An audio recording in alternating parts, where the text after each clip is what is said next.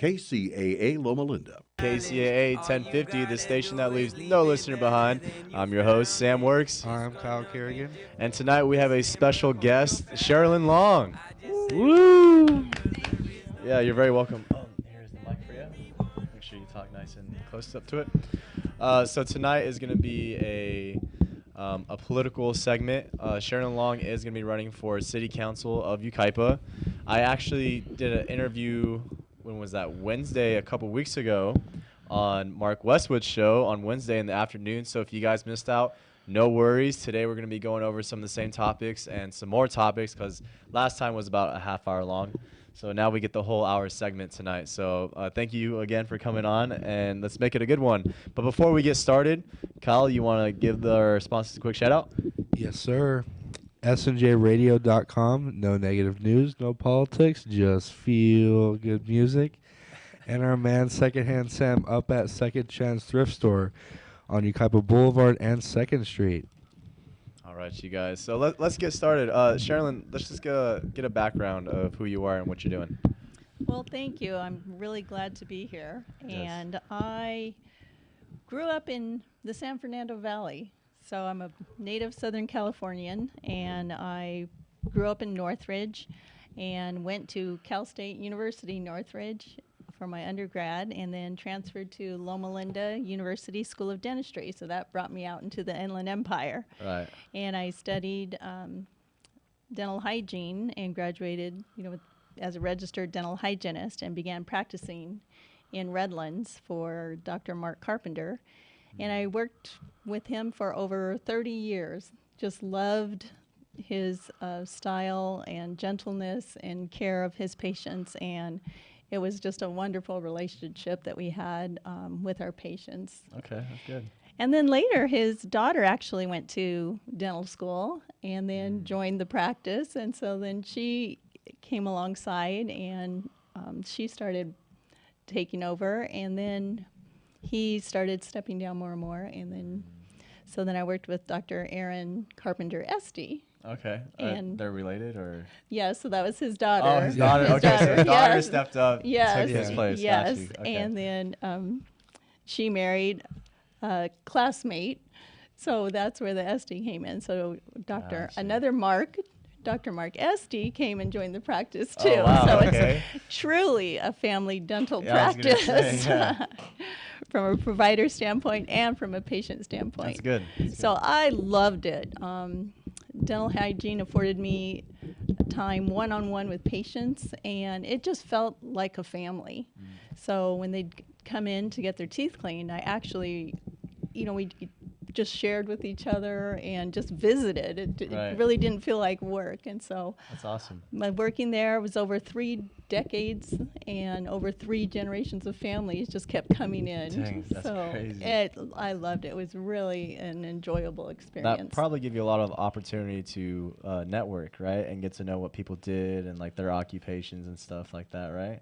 Yes, and they were always curious to see what my family was doing, and I'd catch up on how their family, kids, and grandkids were doing. So it was really a wonderful place, and just serving the community through the healthcare field there was wonderful. And when did you start to retire from dental hygiene? I ended up having to have surgery on my hand. It's a wonderful career, but it's very hard on your hands. Yeah. And my hand never fully recovered from that. So it was kind of unexpected, and I wasn't expecting to have to retire, and that was really heartbreaking for me. So it was an unexpected retirement. Yes. So Sorry to hear I that. wasn't quite finished yet, and so You're like, no. I think that's why I feel like I still have a lot to give, and That's I think right. that's why I turned into running for city council, because I still have so much I want to do to help my community still. Yeah, so let's talk about that. What made you want to run for city council? Well, I hadn't thought of politics. I've always been active in the community. When my daughters were younger, I wanted to teach them responsibility and civic duty, and we joined a group called National Charity League. And National Charity League is a mother-daughter organization, a philanthropic organization to foster mother-daughter relationships, and service to the community. Oh, okay. So it is a wonderful organization. I highly recommend it for any mothers who have young daughters, because it just helps get through those difficult teen years, because you're focusing on serving your community together. Right. So rather than a lot of the conflicts that can occur, you're now focused outward and giving and helping others. So we that's helped nice. military, we helped the veterans, we helped Childhood Cancer Foundation was one of our favorites. One of my patients, she came in one day and her head was shaved. And I thought something had happened to her, but she had shaved her head because her daughter was going through chemo. And I was just heartbroken because I've known them for so long, and not expecting, her daughter to go through this. So we ended up volunteering at the Childhood Cancer Foundation, and that became one of our favorites. We would do Easter eggs for them. I mean, we decorated thousands of Easter eggs to donate to the hospitals and to put on their hospital trays. And then also just stuffing Easter eggs for a big Easter egg hunt we had at the community park in Yucaipa. And it was heartwarming because these families would come with the children who are going through cancer treatment, and they would have fun. And just to see them smiling and just having some normalcy and just having a good time and a good day. Living life like the way yes, they should. yes, and it was really wonderful. And so we had hundreds of families and their kids there, and we also would put on a Christmas program. So we would have all the kids there, with presents wrapped and stockings and things for them, again, just to make it a normal, happy day for them. But we also volunteered with the Boys and Girls Club. I mean, just about any organization that needed volunteers. We would, anything you get your hands on. yes, Huh? we would provide the volunteer man force or woman force to help those organizations and just support them. Wow. So we did that from, the girls started in 7th grade and it goes all the way through 12th grade. Okay. So it's a very well-organized program, and it teaches leadership, responsibilities, civic duty, and just so thankful that we volunteered with that group. What's that group called again? National Charity League. Oh, okay. So anyone can find the Inland Empire chapter, and you start off in 6th grade and you apply so that by the time your daughter starts 7th grade, you're already in the program. Oh, okay, cool. That's awesome. And so that made you kind of want to step in and do greater things, right, for your community. Yes. So I had volunteered. I think we won or earned the President's Volunteer Service Award for volunteering over 500 hours to the community. Dang, bravo. That's in a pretty year. good. Yeah, Dang, that's 1 pretty year. good. Yes. Some people don't even get a quarter of that in their lifetime, Yeah, So that's crazy. And we did that several years in a row. You don't do it to get the award, but it just She's like, let's shoot for turns out. 600 next year, guys. Yes. So it was a wonderful, like I said, giving back to the community. And so when my girls graduated and, moved on, I still felt, and I was retired, I just still felt like unfinished. I Right. still You want to still got help. more, I still yes. have that passion and heart to help others and just really serve my community. That's amazing. And all these organizations, are they here locally, like in Yucaipa, Redlands, or are they more like in the Inland Empire? Throughout the Inland Empire. So yeah, the Boys and Girls Assistance League and Boys and Girls Club. I mean, it's all throughout the Inland Empire that we would provide services for. That's awesome. And when did you start thinking, I'm going to start running for city council? Well, a lot of things have changed in Yucaipa. Yeah. And I've lived there for over 31 years. My husband is a reserve deputy with the Sheriff's Rangers and, with the law enforcement part. And so Pretty good. we are really ingrained and deeply rooted in our community. And when I had more time, a lot of neighbors approached me about running for city council so that I could help our city grow in the direction we wanted it to grow. So it seems like we kind of deviated and started to steer more towards special interests, and the residents and my neighbors that didn't feel like they were being heard or that our views were being recognized. And so one of the hot topics is the development up on the North Bench area in Yucaipa. And so it's zoned 1 acre per house. And that area of beautiful empty land, developers always want to come in and, of course, make a higher profit and cut those lots into smaller sizes. Right. And so we have combated that over 30 years as a neighborhood and residents to trying to keep that special area just 1 acre as it is designated in our general plan. It's zoned R1, which is 1 acre. Well, right now, again, that zoning issue has come up, and so the residents and my neighbors said, please, we need to fight this from the inside instead of always trying to collect signatures and petition to have our voices heard. So I agreed, because I am very passionate and want to preserve the beautiful hillsides and just our rural way of life that we have in Yucaipa. So keeping 1 acre lots is important because a half acre is the minimum size you can have and still have horses, cows, chickens, goats, so it's very important to us that we want that rural lifestyle. People move there for that. They want the open space, If they wanted, cluster housing or, they wouldn't have moved to Yucaipa. They would have stayed in Orange County or, elsewhere. So it's an area that we really want to preserve and keep our small town rural feel. And it's the last area that is undeveloped, and we really want to keep that zoning. So that's the battle we're having, and that's what I really wanted to step up and run for city council. Okay. Now, I know that change is inevitable, but what do you see Yucaipa being in your eyes? Like, what do you want it to be? I know change is inevitable, but we can do it smartly and wisely and still stick to the general plan. So we are going to grow. We can't help but grow. And Sacramento is demanding certain housing numbers and low income housing and affordable housing.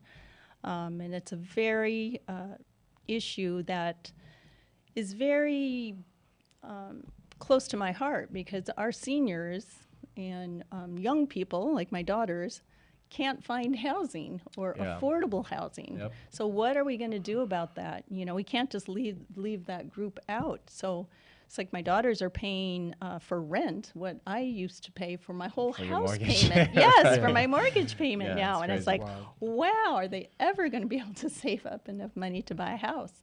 So those are issues that we really need to address. But we can't do it at the expense of deviating from our general plan. So we all bought houses, built houses, with the promise that it was going to stay 1 acre per house. Now suddenly, if you have developers come in and say, nope, we're going to change it to 4.6 houses per acre, and here you are, you've built your house and settled in, that's breaking the promise. Yes. And we all moved there for the rural lifestyle, and so that's what we're fighting to keep. And so my vision for Yucaipa is keeping it rural, that small town feel, keeping our promises, sticking to the general plan, and we can compromise maybe in other areas, but not in that area where everybody built and settled in with the promise that it was going to stay 1 acre parcels. Well, if you guys are just tuning in, it's 15 minutes past 7 o'clock. You guys are listening to Whatever Works. I'm here with Sherilyn Long and my co-host Kyle, and we're talking about some of the political views and her running for city council, actually. Now, when it comes to voting, when does the voting end? So the ballots have gone out. So everyone who is registered has received a mail ballot. Okay. I believe the deadline is the 24th to actually sign up to get registered for this voting session. But the official end of voting, or the official casting your ballot day is November 8th, the Tuesday. November 8th. Yes. Okay. That's around the corner. Yes, it is. The deadline is coming up very, very fast. So we are all campaigning very hard and trying to get our message out there. Yeah. And I have a lot of people that are helping me and want the same vision for Yucaipa. So it feels very good to have that kind of support, community support. And going door to door and meeting people, it's so nice to feel how compassionate and how caring everybody is about keeping Yucaipa rural. It's very special to everybody. It's deep in their hearts, and nobody wants to see us, turn into a dense housing where we have it so beautiful. I definitely feel like people, like you said earlier on the show, like they came to this town because they want to live this way. Not because, this is a booming town and it's going to turn into a city and then we're going to have that city lifestyle. Like, that's not what they wanted. That's not what they visioned. And yet that's kind of like where the path is kind of turning. Saturday, I actually went door knocking myself for real estate. And I was handing out, market updates for the month, whatever. And I was in Rolling Hills, and then I saw your sign on this yard, and I was like, "That's perfect." I'm gonna knock on the door and be like, "Hey, by the way, she's gonna be on my show this Sunday. She go check it out." So it's really cool. I see your signs everywhere. I see a lot of support from the community on you. So I'm really excited. Are you nervous about this race? I'm always nervous. I always feel like I got to get out there, So it's never a sure thing, but the support is really wonderful and just really encouraged me, to keep campaigning and to keep going. And people have been calling and say, "Hey, we want your sign. Can you bring us a sign?" Really? So that's like people are calling you for the sign, not you. Like, "Hey, take my sign." Yes. So that is really nice to hear and say, "Hey, we heard about you. We've read about you. We've checked out your website." So I do have a website. It's SherilynLong.com, and so people are checking it out and then sharing it with their friends. So what is on that website? My views and some videos. So I have really tried to support small businesses, local businesses, and so I've been making videos of local businesses and promoting them. So just kind of getting an idea also how City Hall can support small businesses. Asking them, how was it to start your business? Was it easy? Was it difficult? What roadblocks, what help would you have wanted, to make the transition smoother or to start up businesses? So I really want to help businesses thrive in Yucaipa. Can you go into detail a little bit about like those answers that have been given? Like, was it hard for them, or like what was the help that they wanted and things like that? Yeah, so Yucaipa is very welcoming. So we definitely encourage, small businesses to start up. One comment was just learning how to apply all the different paperwork, to make sure everything was in order. So, and signs, just putting up signs. There's regulations on how big, the size, the font, and so just helping somebody walk through those steps. But most people felt that it was very easy, very simple, and when they needed help, they could ask City Hall, and help was there. That's amazing. Yeah, some people were a little frustrated, and then they just would keep asking, and then they kept getting more answers. So they said finally somebody called and really helped them walk through the process. And so it was very smooth for them after they got the additional help they needed. How many more small businesses are projected to come in the near future, like let's say in the next 5 to 10 years? Quite a bit. We have a lot of room for growth. We have, especially down on the lower end of Yucaipa Boulevard towards the freeway, we have now like a Chipotle, a cookie company coming in. I think there's another Jack in the Box and another and car washes and stuff like that. Yeah, so we are very open to encourage small businesses, and so I don't think there's a limit to the number. so far. You know, As far there as is like more need. space and Yes, everything, yes, yeah. there is that corridor that we're trying to develop and encourage businesses to come in. Now I see now that's definitely a hot spot for like all the businesses. Are you guys trying to keep like upper town Yucaipa more like residential and more like homey, and then like the bottom Yucaipa, like how is this structured? Well, the uptown is more like that's where our Yucaipa Performing Arts Center is. So we're trying to keep businesses that will support the Performing Arts Center. Of course, places to eat and drink and around that. So when people come for concerts and things, that's available. We've got a wonderful uptown like Autumn Fest that we just had. We have a Winter Fest coming, and a lot of vendors come in, and we get a huge support from the community. You know, people always look forward to coming out. We had a car show and a car cruise. I got to cruise in a car in Yeah, a did you? 57 Oh, Chevy. nice. Yes, it was wonderful. And I was throwing out candy to That's the cool. kids. That's, So it it's was, like its own little parade. yeah, and so stuff, that was a lot of fun. But Yucaipa, that's the homey feeling that we Right. have, you know, the community that we have, and people just walking up and down the boulevard, you know, visiting the booths and vendors and talking and then going to concerts and that. It's really enjoyable.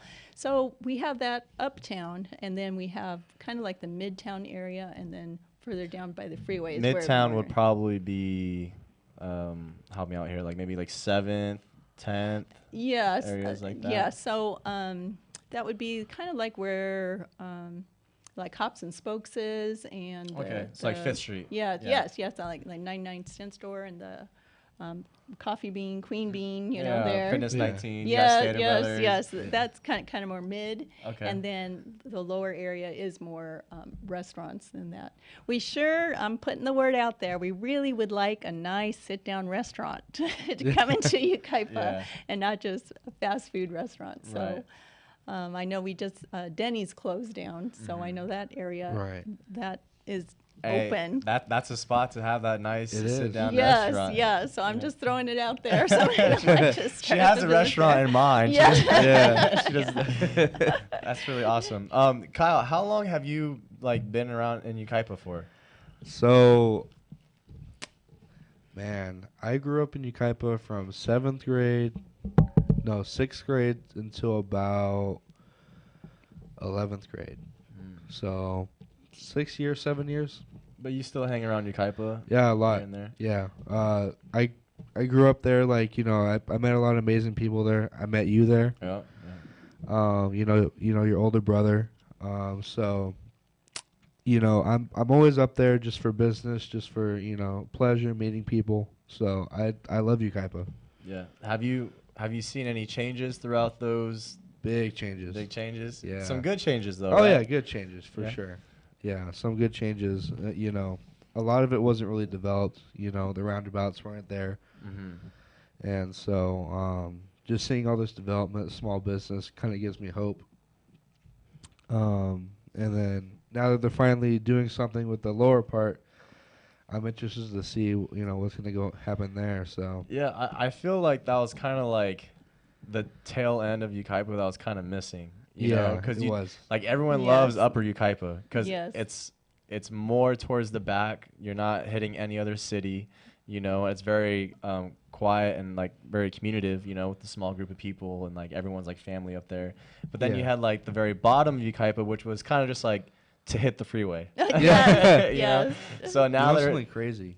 yeah. Go ahead. They were supposed to build a Stater Brothers there. Stater Brothers. Yeah. And Walmart was going to buy the area. And Stater Brothers went in and bought the area before them so they couldn't build a Walmart. Really. And so they never built the Stater Brothers, but they held the land. And then they ended up selling it to the current developers. Wow. Yeah. See, years ago, I heard that they were supposed to have like a movie theater there. Yeah, Yes. years Is years that ago, still yeah. a thing? Or And a bowling alley. And yeah, that was supposed to be there. so all these fun Probably not. activities and a restaurant. No, I'm just kidding. Yeah. And the Um, rest- Do you know what future projects are going to be there as well? Is Yes. there going to be a movie theater? No, unfortunately, Ah, my yes, hopes are not high. yet. No plans yet. Okay. But there is Kaiser is building I a heard, facility yes. there. That's Really? good. That's yes, so we will have really state-of-the-art Kaiser facility there, which will really be nice. Because right now, people either have to drive down to Redlands or all the way out to Fontana, Right. to get their for Kaiser patients. So we're going to have it right there, down by the freeway. We also are having a 3-story apartment complex to try to meet the RENA numbers that we need for the affordable income housing and for some senior housing there. See, yeah. Okay. I know that's kind of in a debate also, because some people felt that it should only have been a 2-story, apartment complex, and what was approved was a 3-story apartment complex. Okay. So, but that has been approved. It got voted through on the last few city council meetings. So we are trying to meet those numbers. May I ask why they wanted to reduce it to 2-story? Why not 3-story? Again, the neighbors in the area were opposed to a 3-story because it would block the view of their mountains. So again, you move there. Here you have this beautiful view of the mountains, and then Okay, yeah, no, that makes sense. yeah, No, so- I get it. Honestly, I'm not gonna lie. I'll probably oppose too, because like that's what you're there for: your land, for view, for Yes. quietness, for community, for a bunch of things, and like that's why it was a town, not really a city. Yes, and that's the growing pains Yucaipa is going to go through. It has, yeah. So I wish we could, everybody moves to Yucaipa and then wants to be the last person to move there. Right, They don't want it to change. Like, stop growing, no more people coming in. Just me. But Yes.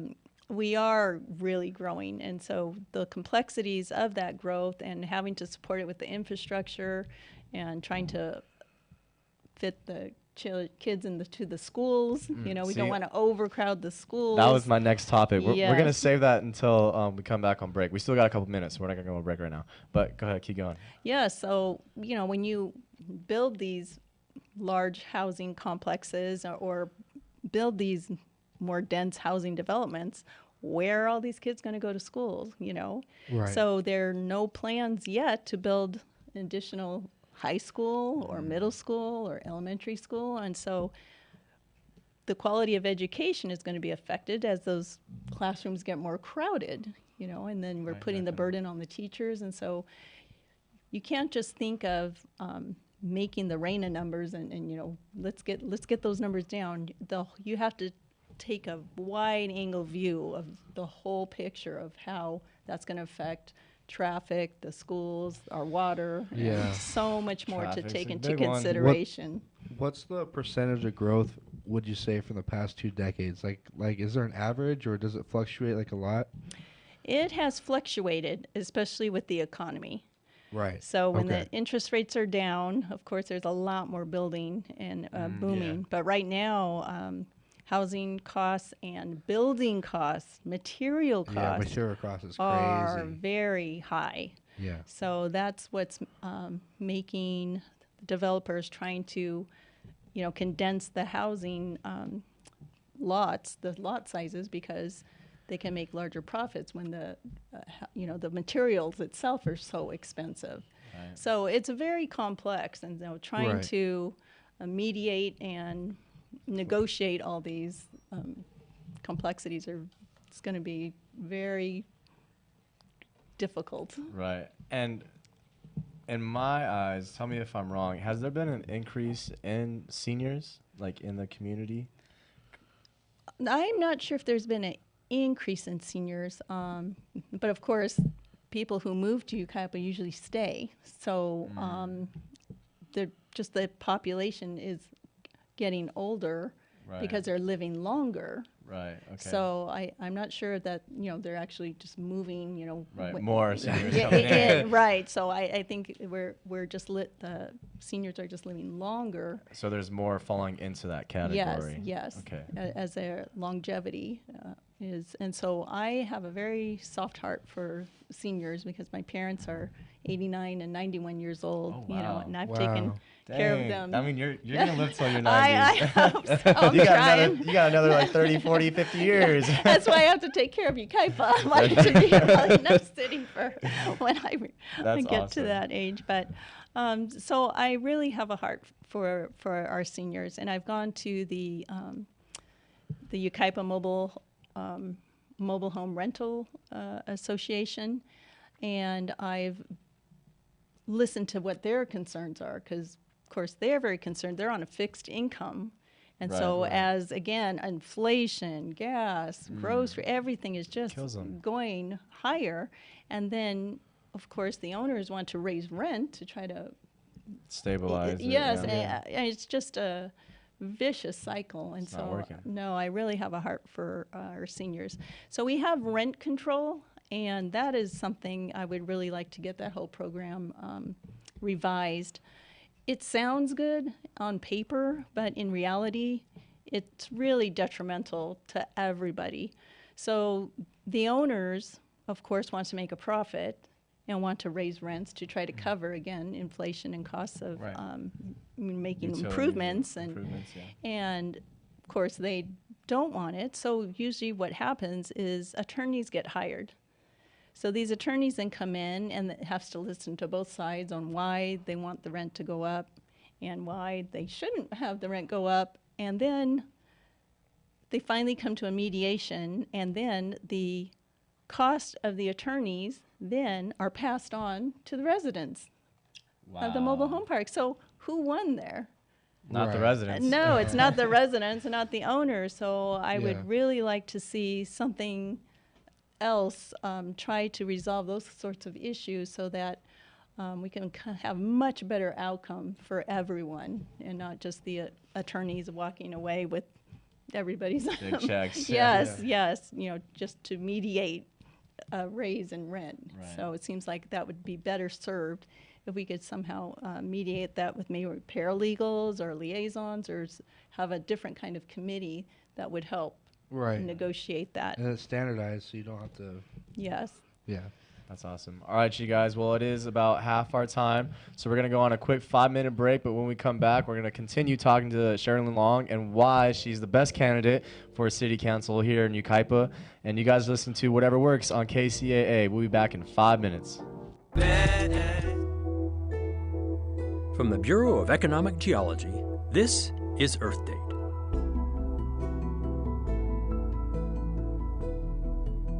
Take a guess. What's the longest mountain range in the world? The Rockies? At 3,000 miles, they traverse the U.S., Canada, and Mexico, but they're not even close. How about the Andes? Nope. They stretch most of the length of South America, but that's just 4,000 miles. The longest range in the world is over 40,000 miles long.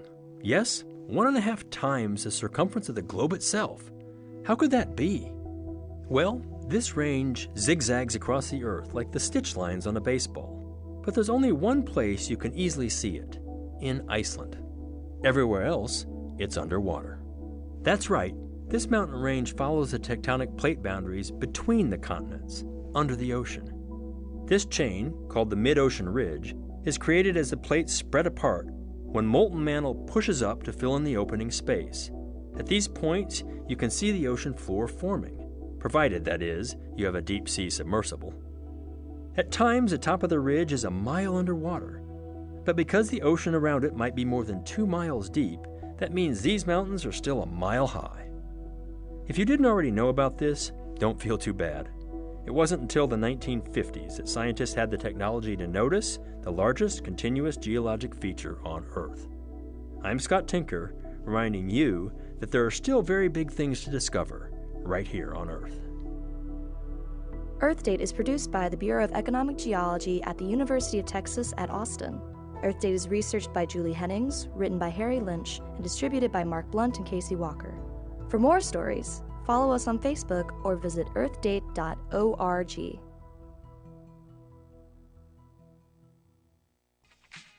Tune in to The Ferran Dozier Show. Music marks place and time, the soundtrack to life. Sunday nights at 8 p.m. on KCAA Radio. Playing the hottest hits and the coolest conversations. Sunday nights at 8 p.m. on The Ferran Dozier Show. With an array of music, talk, sports, community outreach, and veteran resources. With hits from the 60s, 70s, 80s, 90s, and today's hits. The Ferran Dozier Show on KCAA Radio. On all available streaming platforms and 106.5 FM and 1050 AM. The Ferran Dozier Show on KCAA Radio.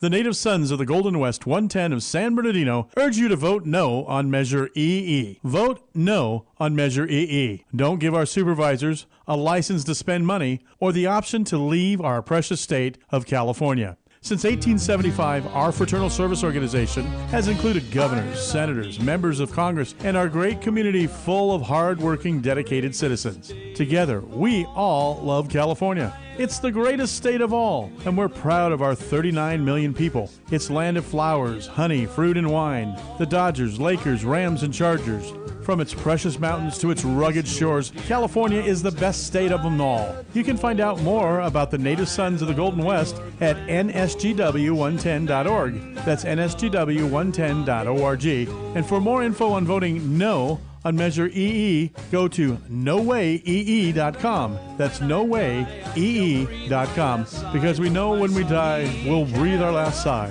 for our sunny California. Bob Vila here with my home improvement tip of the day. Though garage doors do a pretty good job of keeping bad guys away from your car, they're not so good at keeping out the elements. That's especially true if the floor in your garage is uneven. What to do? Try this. Open the garage door so that the bottom is about head high. Cut a length of 3/4 inch foam pipe insulation to fit the width of the door. Then position the insulation against the bottom of the door with the slit facing down. Next, spread the slit in the insulation and use a screw gun or electric drill to attach the insulation to the bottom of the door. To keep the screws from tearing through the insulation, you'll probably want to add washers around the heads of the screws. Pipe insulation doesn't exactly add to curb appeal, so if you don't want it poking out the bottom of the door so it's visible from the street, just drive your screws a little more towards the back side of the door than the front. Get more info at bobvila.com and right here at home with me, Bob Vila.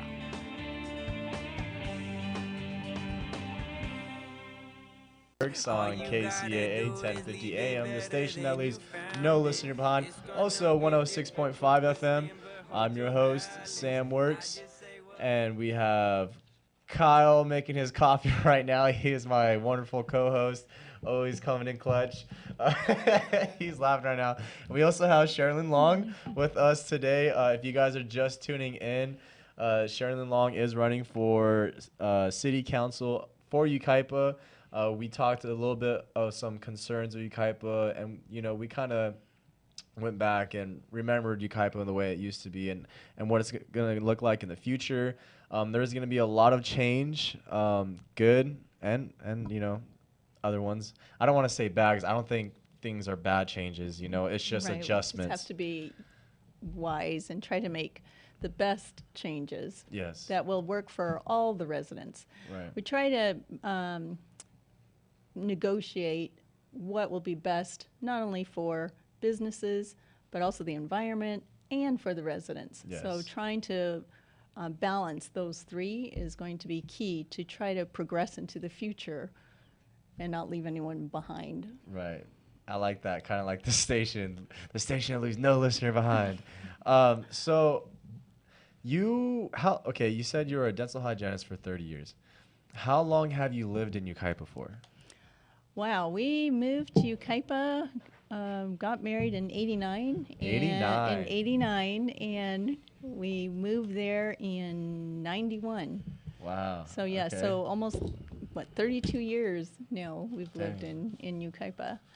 And so we love it. They used to say, kind of a funny saying, way back then, it's like Yucaipa was a place for newlyweds and nearly deads and flies, So that's pretty good. So that's where young married couples could afford. That's so funny. Could afford, and there was a lot of senior mobile home parks. Right. So that's where people would go to retire because it was more affordable then, and that's also where newlyweds, we could afford to go. That's so funny. Sorry to cut you off because that's where my parents moved to Yucaipa. Like newlyweds. I mean, they had I have two older brothers. We're all 16 months apart, So it's only been like maybe 2 years ahead. But then like as soon as I was born, like we lived there, in Ukaipa ever since then.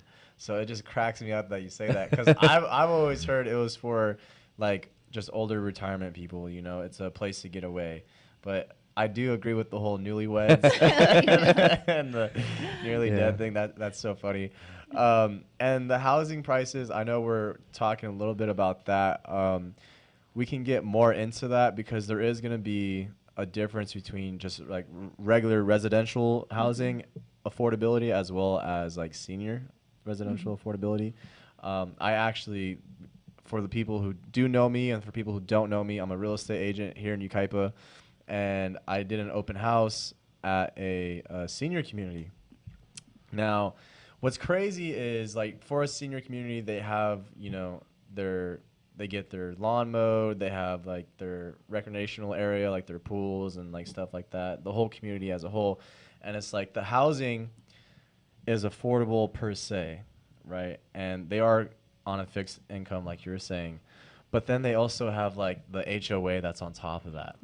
And oh my gosh, I never did an open house on a senior community until like 2 weeks ago. And I was like, oh, this is fairly affordable, you know what I mean? I was like, it was like in the 250, 280 range, right? Which is low now in today's money, but it's still a lot. Like if you just think about it, 280,000.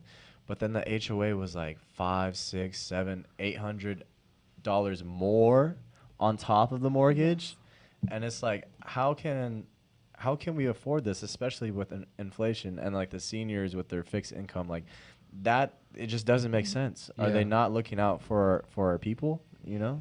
Yes, I think having the HOAs, the owners are trying to ensure that they can keep the park, updated and keep the repairs up, but at the same time, so that's kind of a way to get around the rent control. So when you have HOAs, those can be raised. Okay. So and rent control can't. Well, it's controlled. Oh, right. Okay. But then when you have HOAs or Melloroos, I don't believe, you probably know better being in real estate, those can increase with time and with inflation. So that is really difficult for seniors because their income is not increasing much. Because that's kind of like reading the fine print, right? Because a lot of people, like, they know about mortgage, they know about all this stuff, or rent, so they're like, okay, we need to focus on that because that is the problem.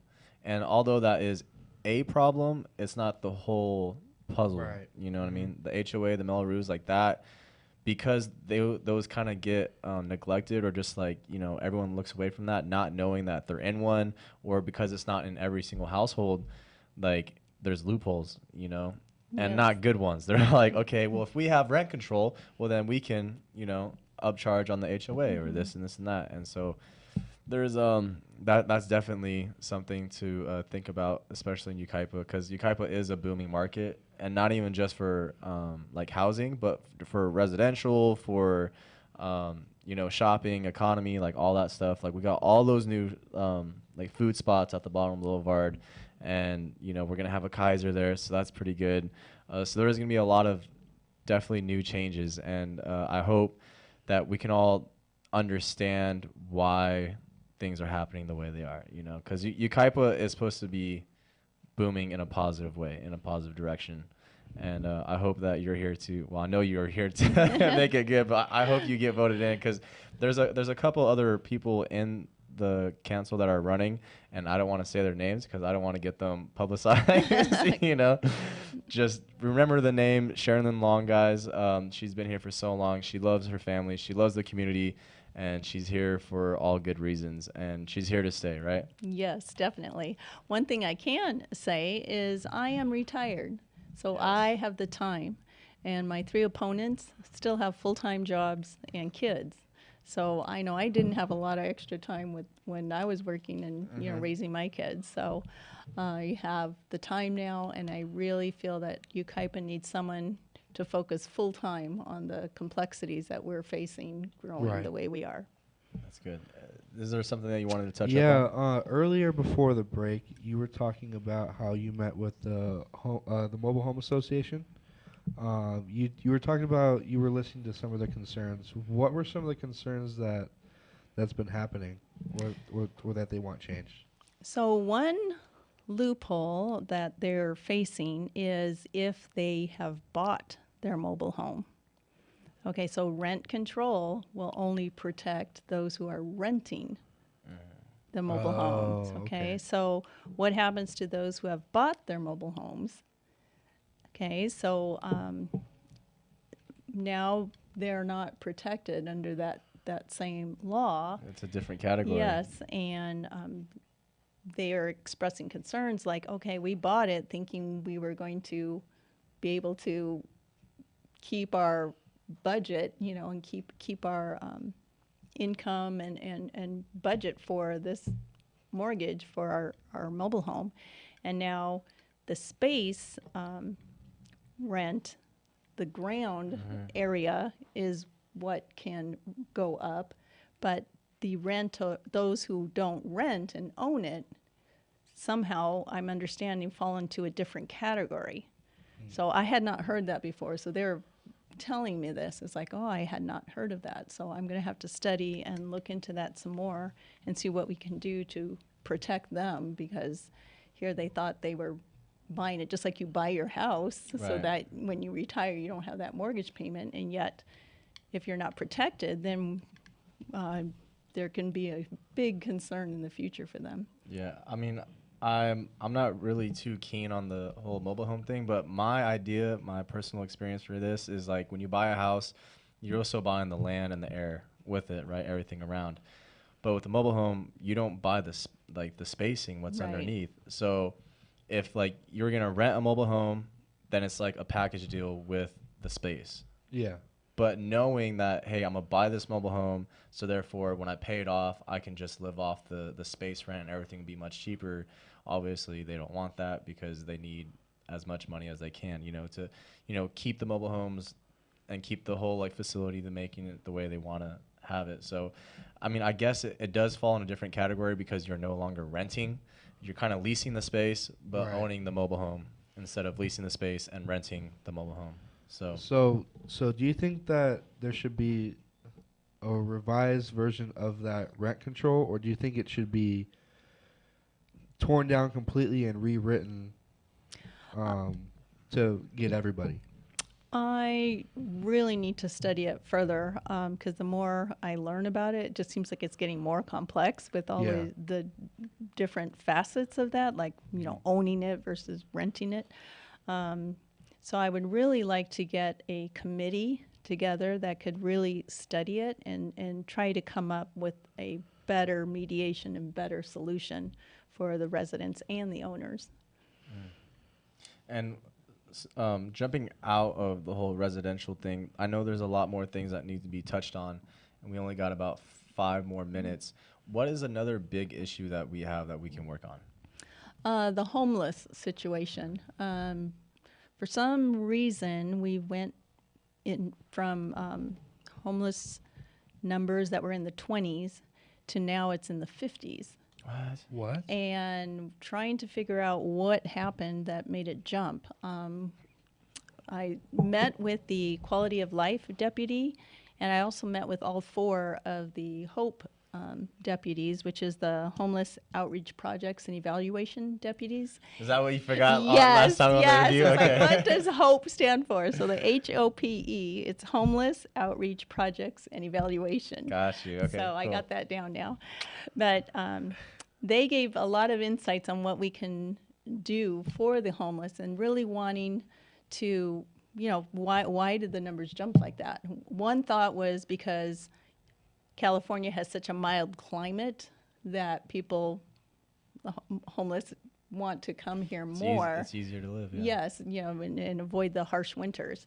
Not sure what else, contributed to that, but their suggestion was, we have the resources, we just need to make the community aware of those resources. So all the Ukaipians are very generous, caring people and want to help. But if we can get all the churches and all the different food kitchens and people who are trying to help the homeless together with the HOPE deputies and the quality of life deputies, so that we can coordinate our efforts and be more effective in helping the homeless and not just giving them, a handout, but actually helping them and giving them a hand up, and to really solve it and not have this revolving door of problem with the homeless. Yeah, I know we touched up on this last time we spoke, but we got about 2 minutes. I actually know a couple of homeless people personally, not knowing, well, I knew they were homeless, but, as a kid, we used to ride our bikes around town, and as a kid, you don't, stranger danger, like all this stuff, but, like, I got to know a couple of them, and, as Ukaipa, like, we support them, and that's why they've been alive for so long, because on average, homeless people live, like, 5 years or less, like, on the streets, and then they die off, due to starvation, drugs, disease, like, all that stuff. And there's, man, Crazy Mike, he's still out there. Oh, yeah. Yes, Crazy yes, Mike. yes. And there's a couple of them out there. He And should run the committee. he should be running the homeless committee and just, He let the should. people know, Because that he knows what's up. he does. He really does.